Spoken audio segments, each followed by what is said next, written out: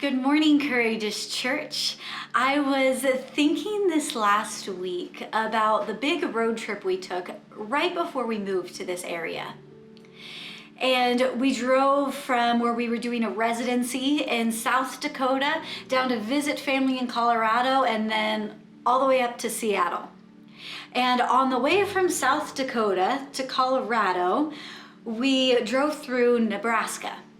Now, we're not from Nebraska, and Nebraska has tornadoes. And we drove through and we got hit with this huge thunderstorm. It was just pouring rain. We were actually in a drive-through and we got this tornado warning, and the alerts started going off on our phone and we're like, take shelter immediately, there's a tornado. And we were at a drive-through window in Nebraska and actually in Ian's hometown. And we were like, it's saying we need to take shelter immediately. Like, can we come inside with our kids? And the person at the drive-thru was like, no, like COVID, you can't come inside. And we're not from Nebraska. We were from Colorado. We had not been around tornadoes. And so we're like, there's a tornado coming. But we just had to we kept driving eventually because we looked where it was supposed to be, and it was a little ways off, and we were like, I guess we keep driving. Like, there wasn't anywhere we could go. Since then, Ian has told us that in that town gets tornado warnings often, and they never actually hit the city. And so he tells us stories about when there'd be a tornado warning, he'd go up on the hill and watch, let's see if we can see a tornado. So since then, we've been told, that we way overreacted. But at the time, we were driving in this storm, and I was so nervous. I have kids in the car, and I'm nervous that there's this tornado not that far away, and we're driving in the middle of nowhere. And we were just looking at the storm around us. And I was reminded of the story of Peter. And I was reminded of this worship song about singing in the storm. And I looked at Tim and said a line from this song. And we just started to sing, and we started to worship. Well, there's thunder and lightning, and it's pouring rain, and it's pretty dark. We just started to worship as we drove. And with our whole hearts, and we were singing the song about just praising God in the storm and trusting Him in the storm, and we're in this literal storm. And I remember this just peace came over our car. Our kids in the back seat got quiet. And we could hear the rain, but all of a sudden there was this just calm and this peace. And it was still raining, but all the fear, the anxiety was just gone. And we were driving, and we knew we were okay. And we remembered that God was with us in that storm. But what was true in that moment is also true in our lives when storms come. It's really easy to focus on the storm. That's human nature, right? It's natural. If there's a big storm, it's really easy to focus on the storm, to look at the lightning, to wonder about if a tornado is gonna come. It's so easy to focus on it. It's loud and it's right there in your face. But when you choose to instead remember who your God is, and to worship and to fix your eyes on Him, you can remember that He's bigger than the storm, and He does what He does best, and He brings peace. As we continue in this series and continue to learn from the faith journey of Peter as he walked in relationship with Jesus, we're gonna learn that it's the presence of Jesus that enables us to take courage in life's storms. Without the presence of Jesus, we don't have any reason to be courageous in a storm. Right? If we were potentially near a tornado, which Ian says we were fine, but if we were potentially near a tornado, right, we wouldn't have any reason to be calm. That doesn't make sense. unless the presence of God is with us. And in life, it doesn't make sense to be calm without God in your life. When things are falling apart around you, when you lose your job, when a loved one gets sick, when there's major struggle in your life, it doesn't make sense to be calm unless the presence of Jesus is there with you. Peter was one of the 3 people, like I mentioned last week, that were closest to Jesus on this earth. Peter, James, and John were like Jesus's most inner circle, the people he was most intimate with, his closest friends. And Peter, as one of those 3, got to see things that none of even the other 12 disciples got to see. In Luke 8, he got to see a little girl who was dead raised to life, where Jesus only let those 3 and the girl's parents come into the room, and he told the little girl to get up, and she did. Peter got to see that. He got to see the transfiguration of Jesus, which is when he went with just Peter, James, and John up on a mountain. And the presence of God came over the mountain, and Jesus was transformed from just, because Jesus was fully God and fully man, he was transformed from just that, his human form that Peter, James, and John could see, into like he put on his full heavenly glory in front of them. They got to see that and got to hear the voice of God say, "This is my son, listen to him." Like they got to be there for that. Peter knew what God's presence looked like, but even he had moments of focusing on the storm instead of on God's presence. In Matthew 14, verses 22 through 33, we get to see a story about him walking on water, about Peter walking on water with Jesus in the midst of the storm. And we get to see what happens when he has his eyes on Jesus and when he has his eyes on the storm. So verses 22 through 27, let's start there. Immediately after this, Jesus insisted that his disciples get back into the boat and cross to the other side of the lake while he sent the people home. After sending them home, he went up into the hills by himself to pray. Night fell while he was there alone.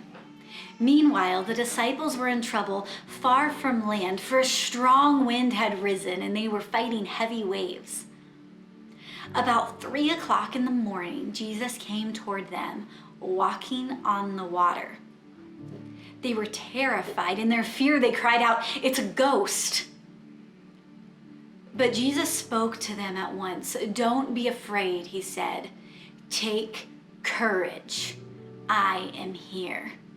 Now I want to pause here because this is a command that Jesus says here. He says, take courage. And this command is rooted in who Jesus is. This is where our courage comes from. It's taking in our courage, we're to take obedient action to the command to be courageous, but we can do that because we believe there is no reason to fear, because we have faith in who he is. And we talked about this story, a different teaching point in the story, but we talked about this story back in December as well. But we talked about how when Jesus said, "I am" on the water, that was that same statement he used in the New Testament, where God gave his name to his people as his identity. And he said, "I am." This was a statement of who Jesus was. He says, "Take courage. I am here." That same statement of Jesus applies to us when we're feeling fear. Whether it's fear in the night, if you struggle with nightmares, whether it's fear for your finances, whether it's fear for a relationship in your life. Fear is counterproductive. Fear brings death. Fear brings anxiety. To take courage is a command, but we can only do that when we believe in the I am and when we believe in his presence with us. Verse 28 through 31.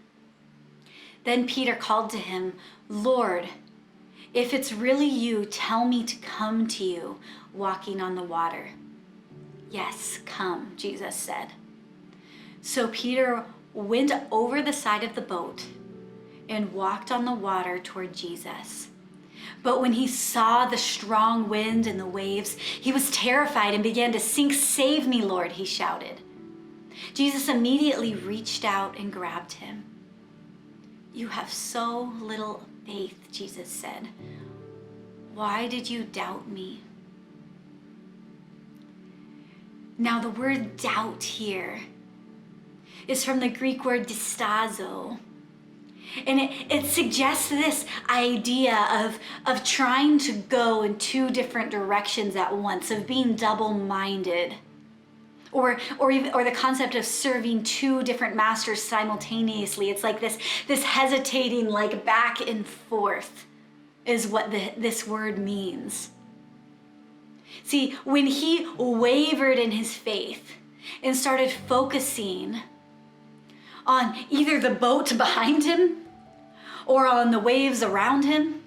See, some people can focus on either one. Some people, when they get hit with a storm, they're like, I need to go back to where I came from, like the Israelites in the wilderness, or like, I need to go back to Egypt. I need to go back to my old life. Things were easier back then. Or on the storm around them to be like, how can I be calm right now? Look at all that's going wrong. Do you see all of this? I'm just overwhelmed, and like I'm just totally focused on how overwhelmed I am. Like, people can go either way, or sometimes a mix of the both. But when Peter begins to be double-minded in that way, he begins to sink, just like we do when we do that. And he has to be rescued. But Jesus meets him where he is and helps him. So if you're in a place where you've been panicking and where you're sinking, know that that's not a place where you need to have shame and guilt, like you can't ask God for help. Like Jesus helped Peter when he was sinking. You can call out to him and ask him for help, even if you failed to trust him. Call out to him. Say, "Lord, help me." And then reach out and take his hand and take action to take courage. Let's keep reading verse 32. When they climbed back into the boat, the wind stopped, and the disciples worshiped him. "You really are the Son of God," they exclaimed. So after Jesus brings them through the storm, the wind stops, like there was the other side to the storm. Their faith in Jesus reached an all-time high up to that point in their faith journey with Jesus. They were at the place of saying, "You really are the Son of God." But their faith was still incomplete. You see Jesus in that moment with Peter say, "You have so little faith." And up till this point, the disciples' faith in Jesus was really mostly based on his miracles, which wasn't bad. That's what they knew of Jesus. And like of his teaching, they believed in him, and they did have true faith. But they didn't yet understand the mission that Jesus had come into this world for. They didn't yet understand that he was getting ready to die for them. They didn't yet understand that he was going to fill them with his Spirit. They didn't yet understand who he had made them to be and hadn't stepped into that identity fully yet. But they were on a journey, just like you and I are. And because Peter put his eyes on Jesus, took up courage and faith, and took a step out in faith, he got to do something truly amazing and experienced the truth that we're talking about today. It's the presence of Jesus that enables us to take courage in life's storms. What about you? Will you focus on the storm? Will you be torn between going back and getting in the boat, getting back to where you're comfortable again, and torn between stepping into the unknown that God has for you? Will you choose to take action based in courage that's rooted in faith because you believe who God really is and believe that He's truly with you? It's common for followers of Jesus to experience a mixture of faith and doubt in the middle of a storm. But as we choose to take obedient action, to take courage because of our faith in who Jesus is, our faith grows and our doubt shrinks. And the next time the storm comes, our faith is stronger than the last time because we saw God take care of us in the storm. Because He's always faithful and He will never leave us in the storm. He sees us like He saw Peter. He has compassion and He rescues us, even when we don't execute our faith perfectly. But then the next time the storm comes, we have more faith because we have greater understanding of who God is and that we can trust Him to be there. Imagine what would happen if followers of Jesus, if you and I, Courageous Church, if everyone in our community groups, if everyone watching today truly lived with a courageous belief that Jesus is who He says He is, and if you believed courageously that He was with you always, wherever He calls you, whatever storms come, if He is with you, you can take courageous action, and fear has no place in your life. It has no ground to stand on. Imagine the peace, imagine the strength, imagine the hope you could carry into this world, into the relationships in your life, into the environment in your home, in your workplace, into your communities, into Seattle, because of who is living within you. If you're in a storm and your faith is weak, you feel like you're sinking and you need someone to come alongside you in prayer, click this link in the comments now. If you're watching live with us, and if you're watching later, then click this link to connect with us and send us a message that you want a pastor to call you to pray with you. But we'd be happy to come alongside you and pray with you. To pray for knowledge of God's presence with you, to pray with you for peace. I encourage you, if that's where you're at right now, reach out to us. Or if you're ready to pray, like just between you and God, you can do that. You can get down on your knees. You can, wherever you are right now, driving in the car, however you're listening, you can pray. Like pause this video right now and pray and ask God to show you that He's with you. And remember that you have a church family that wants to walk with you. You're not alone.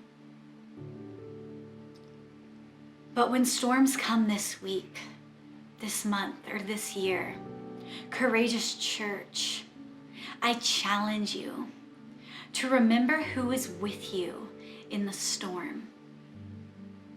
Fix your eyes on Him. Don't be double-minded, looking back at your comfort zone or looking at the waves around you. Don't be double-minded. Fix your eyes on Him. Ask for His help. Take courage in the obedient action that comes along with that. And respond in the storm like you truly believe the God of all creation is with you in that moment and throughout your whole life. If you want to have more conversation about this, click the link to connect with us. Send us a message. One of our pastors would love to connect with you. Be courageous, followers of Jesus this week. We'll talk to you soon, and we look forward to celebrating Easter with you soon. Hey guys, Michaela here, the Children's and Families Pastor for Courageous Church. I wanted to take a moment to invite you to an event we have coming up on Saturday, April 3rd. We have an Easter egg hunt that we're going to be putting on for families. And there are going to be kind of two parts to this event. In the morning, we're going to be having time slots so you can sign up for a private Easter egg hunt with your family that will be held at Tim and Hannah's house in their backyard. We'll be doing an egg hunt, have a photo booth where you can get pictures with your family and have snacks and all kinds of fun things like that. That starts at 9 a.m. is the first slot you can choose. And then in the afternoon at 3 o'clock, we are going to be at a park and we are going to do the same thing there. We're going to have an Easter egg hunt and we have snacks and a photo booth and things like that. The only difference is you're going to be able to have a time to get to know some other families that come. So you can choose whichever event works best for you and your family. We understand that everybody has a different place where they're at right now with COVID, and we just want to ensure the health and safety of your family. So if you're comfortable with coming out to the park and getting to know some other families in our church, that's amazing. But if you would rather stay in a smaller group and just come on over to Tim and Hannah's, that's great too. We would love to see you either way, and we want to make sure you're well taken care of. Hope for you guys to sign up and that we'll get to see you again soon.